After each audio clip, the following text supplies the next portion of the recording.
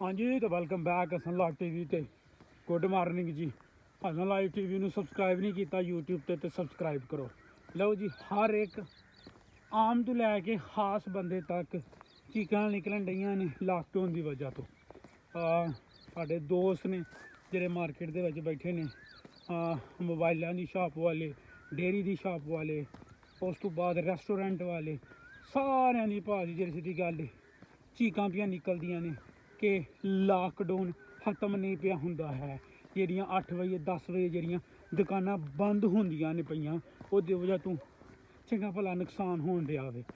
ਮੋਬਾਈਲਾਂ ਦੀ ਮਾਰਕੀਟ ਤੇ ਉਸਤਾਦ ਜੀ ਉਹ ਰਾਤੀ ਹੀ ਸ਼ੁਰੂ ਹੁੰਦੀ ਹੈ, ਤਕਰੀਬਨ ਮਗਰਬ ਤੋਂ ਬਾਅਦ ਦੁਕਾਨਾਂ ਖੋਲ੍ਹਦੀਆਂ ਨੇ ਜਾਂ 4 ਵਜੇ ਨਾਲ ਦੁਕਾਨਾਂ ਖੋਲ੍ਹਦੀਆਂ ਨੇ ਤੇ ਥਰੂ ਆਊਟ ਰਾਤੀ 1-2 ਵਜੇ ਤੱਕ ਦੁਕਾਨਾਂ ਦੇ ਗਾਹਕ ਬੰਦ ਨੇ ਤੇ 8 ਵਜੇ 5 ਵਜੇ ਤੇ ਦਫ਼ਤਰ ਵਗੈਰਾ ਬੰਦ ਹੁੰਦੇ ਨੇ ਤੇ 8 ਵਜੇ ਭਾਜੀ ਦੁਕਾਨਾਂ ਬੰਦ ਹੋ ਜਾਂਦੀਆਂ ਤੇ ਘੱਟਾ ਤੇ ਸਵਾਹ ਕਿਸੇ ਬੰਦੇ ਨੇ ਕਮਾਈ ਕਰਨੀ ਹੈ 50-60 ਹਜ਼ਾਰ ਰੁਪਈਆ ਦੁਕਾਨ ਦਾ ਕਿਰਾਇਆ, ਕੋਈ 10-20 ਹਜ਼ਾਰ ਰੁਪਈਆ ਬਿਜਲੀ ਦਾ ਬਿੱਲ ਆ ਜਾਂਦਾ।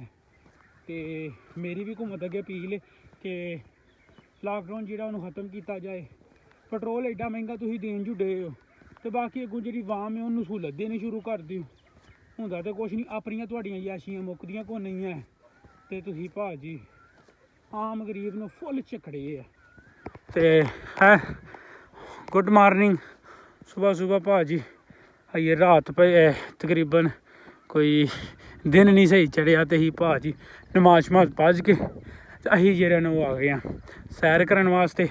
ਅੱਜ ਹਾਫਿਜ਼ ਸਾਹਿਬ ਜਿਹੜੇ ਨੇ ਉਹ ਨਹੀਂ ਅਵੇਲੇਬਲ ਤੇ ਇਹ ਜਿਹੜੀ ਹੈ ਪੈਲੀ ਇਹ ਵੀ ਫਾਈਨਲੀ ਵੱਢ ਕੱਤੀ ਹੈ। ਤਕਰੀਬਨ ਅਸੀਂ ਵੇਖਣ ਡੇ ਸਾਂ ਇੱਕ ਇਹ ਤੇ ਇਹ 2 ਪੈਲੀਆਂ ਜਿਹੜੀਆਂ ਨੇ ਨਾ ਇਹ ਨਹੀਂ ਸਨ ਵੱਡੀਆਂ ਜਾਣ ਡਈਆਂ ਹੈ ਤੇ ਹੁਣ ਇਹਨਾਂ ਦੇ ਵੱਢਣ ਤੋਂ ਬਾਅਦ ਟੋਟਲੀ ਹਰ ਇੱਕ ਪਾਸੇ ਜਿਹੜਾ ਨਾ ਉਹ ਖੁੱਲ੍ਹਾ ਮੈਦਾਨ ਰੜਾ ਮੈਦਾਨ ਜਿਹੜਾ ਨਾ ਉਹ ਹੋ ਗਿਆ ਵੇ।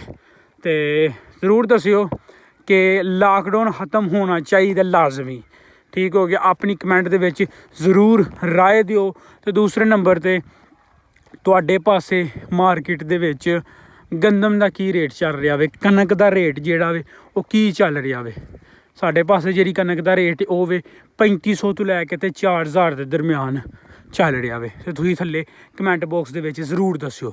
ਤੇ ਦੂਸਰੀ ਸਭ ਨਾਲੋਂ ਇੰਪੋਰਟੈਂਟ ਗੱਲ ਇਹ ਵੇ ਕਿ ਗਰਮੀ ਭਾਜੀ ਅਗਲੇ 2 ਹਫ਼ਤੇ ਜਿਹੜੇ ਨੇ ਨਾ ਮਈ ਦੇ ਜਿਹੜੇ 2 ਹਫ਼ਤੇ ਨੇ ਉਹ ਭਾਜੀ ਤੁੰਨ ਮੁੰਨ ਬੂੰਝਾ ਪੈਣੀ ਹੈ। ਤੇ ਆਪਣਾ ਜਿਹੜਾ ਵੇ ਨਾ ਕੋਈ ਜਿੱਥੇ ਵੀ ਕੋਈ ਸਫ਼ਰ 'ਤੇ ਨਿਕਲਣਾ ਤੇ ਹਿਸਾਬ ਕਿਤਾਬ ਲਾ ਕੇ ਨਿਕਲਿਓ। 11 ਵਜੇ ਤੋਂ ਲੈ ਕੇ ਤੇ ਤਕਰੀਬਨ 3-4 ਵਜੇ ਤੱਕ ਨਾ ਸਫ਼ਰ ਨਾ ਕਰਿਓ ਕਿਉਂਕਿ ਗਰਮੀ ਬਹੁਤ ਹੀ ਜ਼ਿਆਦਾ ਵੇ, ਅਖੀਰ ਕਿਸਮ ਦੀ ਗਰਮੀ ਹੈ। ਤੇ ਲਿਹਾਜ਼ਾ ਜਿਹੜਾ ਬੰਦਾ ਮੇਰੀ ਵੀਡੀਓ ਵੇਖਣ ਡਿਆ ਜਿਹਨੇ ਵੀ ਸਫ਼ਰ ਕਰਨਾ ਉਹ ਸੁਬਾਹ ਦੇ ਟਾਈਮ ਜਾਂ ਸ਼ਾਮ ਦੇ ਟਾਈਮ ਸਫ਼ਰ ਕਰੇ।